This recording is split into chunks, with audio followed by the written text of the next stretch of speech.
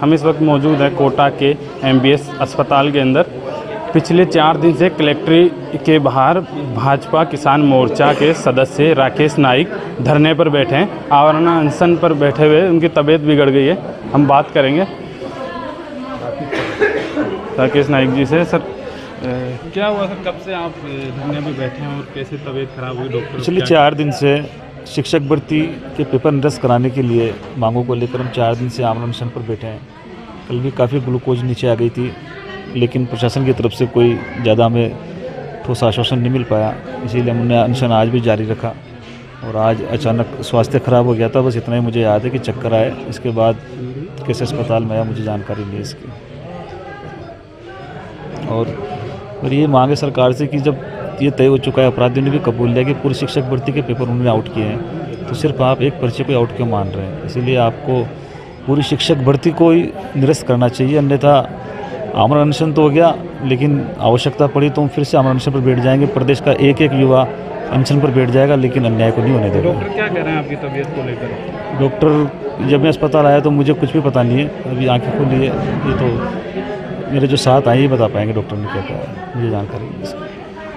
ये राकेश नाइक थे जो भाजपा किसान मोर्चा के सदस्य हैं कोटा से। वो हमारे साथ है कोटा दक्षिण से विधायक संदीप शर्मा जी। हमसे बात करेंगे। सर तो पिछले 4 दिन से बैठे हैं, तबीयत खराब हो गई। राकेश नायक, कब तक बैठेंगे? सरकार तो कोई किसी को पकड़ भी नहीं है। आपका कहना बिल्कुल ठीक है, लेकिन राजस्थान का युवा आज उद्वेलित हो चुका है, आक्रोशित है, क्योंकि उस सरकार की मंशा को समझ चुका है। सरकार जिस तरीके से युवाओं के साथ झूठे वादे कर रही है, उन्हें प्रलोभन दे रही है, बेरोजगारी भत्ते के नाम पर, सरकारी भर्तियों के नाम पर, ये सारी चीज़ें आज युवाओं के सामने खुलासा रूप से आ रही हैं। भाई राकेश नायक जो हमारे भारतीय जनता पार्टी किसान मोर्चे के प्रदेश के नेता हैं, विद्यार्थी नेता हैं, और इस परीक्षा में भी वो अभ्यर्थी थे। उन्होंने पूर्व में भी पूरे दिन भर पानी में रहकर जल सत्याग्रह किया था, उसमें भी उनका स्वास्थ्य खराब हो गया था। और लगातार अब 4 दिन तक आमरण अनशन पर बैठने के बाद वो जब बेहोश हो गए तो प्रशासन के द्वारा उनको अस्पताल में एडमिट कराया गया। उनकी ECG हुई है, उनका BP बहुत हाई है, उनकी शुगर बहुत कम है, और डॉक्टर चिंतित हैं। और जो सुपर स्पेशलिस्ट हैं वो डॉक्टर भी देख रहे हैं। इनको ICU में एडमिट किया गया है, और ICU में एडमिट करने के बाद अब उनका उपचार चल रहा है। परंतु इस तरीके से राजस्थान का बहुत सारा युवा, बहुत सारे छात्र, बहुत सारे परीक्षार्थी, अभ्यर्थी ये आज निराश हो चुके हैं, क्योंकि सरकार जिस तरीके से बुलडोज़र चला रही है, और बुलडोज़र उन लोगों पर चल रहा है जिनका कोई ज़्यादा लेना देना, वो एक किराए की बिल्डिंग को तोड़कर लोगों के सामने, युवाओं के सामने ये संदेश देना चाहते हैं कि हमने कार्रवाई की। उन्होंने पहले भी जो है विधानसभा में रीट की नकल को लेकर सख्त कानून लाए थे, लेकिन उस सख्त कानून की इस शिक्षक भर्ती परीक्षा में धज्जियां उड़ गईं। और ये सिर्फ मात्र चूँकि सरकार की मंशा ठीक नहीं है, और सरकार की मंशा ठीक नहीं होने के कारण तथा उनके राजनीतिक नेताओं का दबाव होने के कारण पुलिस प्रशासन और जितनी भी जांच एजेंसियां हैं उनसे वो लोग अछूते रह जाते हैं, जिनकी वास्तव में इन प्रकरणों में संलिप्तता होती है, जिनका इनमें पूरी तरीके से, जो इस मामले में पूरी तरीके से प्रभाव रखते हैं, और वो जो प्रभावशाली भी होते हैं, उनको पूरी तरीके से इन जांचों से मुक्त रखा गया है।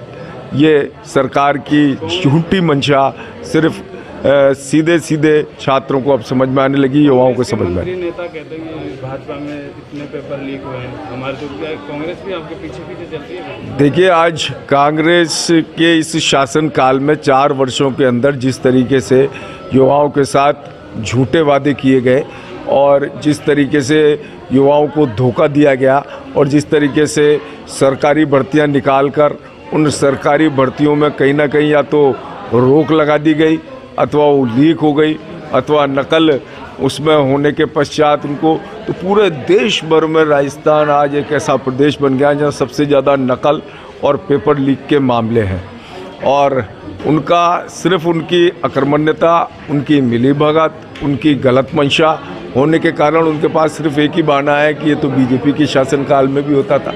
पर आज राजस्थान का युवा कांग्रेस की सरकार से जवाब मांग रहा है, अशोक गहलोत जी से जवाब मांग रहा है कि उनको कब तक आपके द्वारा किए गए वादों के मुताबिक सरकारी भर्तियां दी जाएंगी, उनको कब तक इस नकल के प्रकरणों से मुक्त कराकर एक साफ सुथरा और निष्पक्ष परीक्षा करवाकर योग्य व्यक्तियों का चयन आपकी एजेंसियां हैं जो लोक सेवा आयोग और अन्य एजेंसी जिनके द्वारा आप परीक्षाएं करा रहे हैं, जिनमें आपके अधिकारी आपने नियुक्त करे हैं, उन नियुक्तियों को भी आपने जो है प्रभाव में आकर जिस तरीके से किया और उन सारे लोगों की संलिप्तता इन सारे प्रकरणों में नज़र आती है, तो उसमें कहीं ना कहीं इनको एक्शन लेना पड़ेगा। ये हर भर्ती का पेपर लीक हो जाता है सर, तो क्या सरकार जांच क्यों नहीं करवाती है?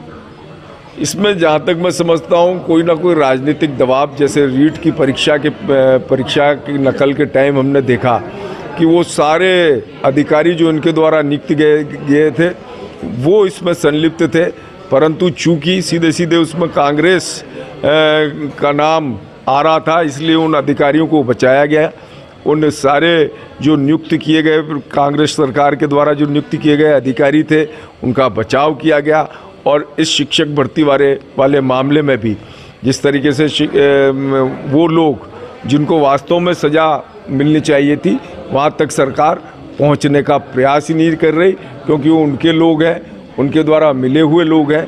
तो निश्चित रूप से सारा माजरा समझ में आता है कि सरकार की मंशा ही नहीं है वो सरकारी भर्ती दे और युवाओं को नौकरी दे। डॉक्टर से बातचीत हुई सर आपकी उनकी तबीयत को लेकर? बिल्कुल, डॉक्टर चिंता में है और गंभीर चिकित्सा में राकेश नायक को रखा गया है, क्योंकि उनकी शुगर 44 रह गई थी और उनका बीपी 110 और 180 हो गया था। उसके बाद उनको चक्कर आ गए, चक्कर आने के बाद वो बेहोश हो गए। बेहोश होने के बाद प्रशासन तुरंत उनको चिकित्सालय में लेकर आया और चिकित्सालय में जो उनका गंभीर चिकित्सा इकाई में उनका इलाज चल रहा है और उनकी पूरी निगरानी जो है सुपर स्पेशलिस्ट डॉक्टर के द्वारा की जा रही है, जो हार्ट स्पेशलिस्ट भी हैं। और उनके यूरिन में भी इन्फेक्शन आया है, ईसीजी भी की गई है। तो जो चिकित्सक हैं वो तो पूरी तरीके से लगे हुए हैं और हम भी ईश्वर से प्रार्थना करते हैं कि जल्दी राकेश नायक जी स्वस्थ हों। आगे क्या रणनीति रहेगी आपको इनके? देखिए, विधानसभा में पूरी ताकत के साथ इस मामले को भारतीय जनता पार्टी कांग्रेस को घेरेगी और जब तक हमारा ये युवाओं के ऊपर होने वाला अन्याय है, अत्याचार है, ये जब तक ख़त्म नहीं हो जाता, युवाओं को सरकारी भर्तियां नहीं मिलती, तब तक ऐसे ही छात्र आंदोलन करते रहेंगे और भारतीय जनता पार्टी भी उनका कंधे से कंधा मिलाकर साथ देती रहेगी। ये विधायक थे कोटा दक्षिण से संदीप शर्मा जी और भाजपा किसान मोर्चा के सदस्य हैं राकेश नायक जी। इनकी तबीयत बिगड़ गई, एमबीसी अस्पताल में एडमिट है, हालत ज़्यादा बिगड़ गई है, डॉक्टर लगातार देख रहे हैं। इनका भी कहना है कि 4 दिन से कुछ खा पी नहीं रहे हैं, तो बहुत ज़्यादा तबीयत ख़राब हो गई है। इसको लेकर आगे भी ये जब तक लड़ते रहेंगे तब तक सरकार नहीं सुनती। राजस्थान तक के लिए कोटा से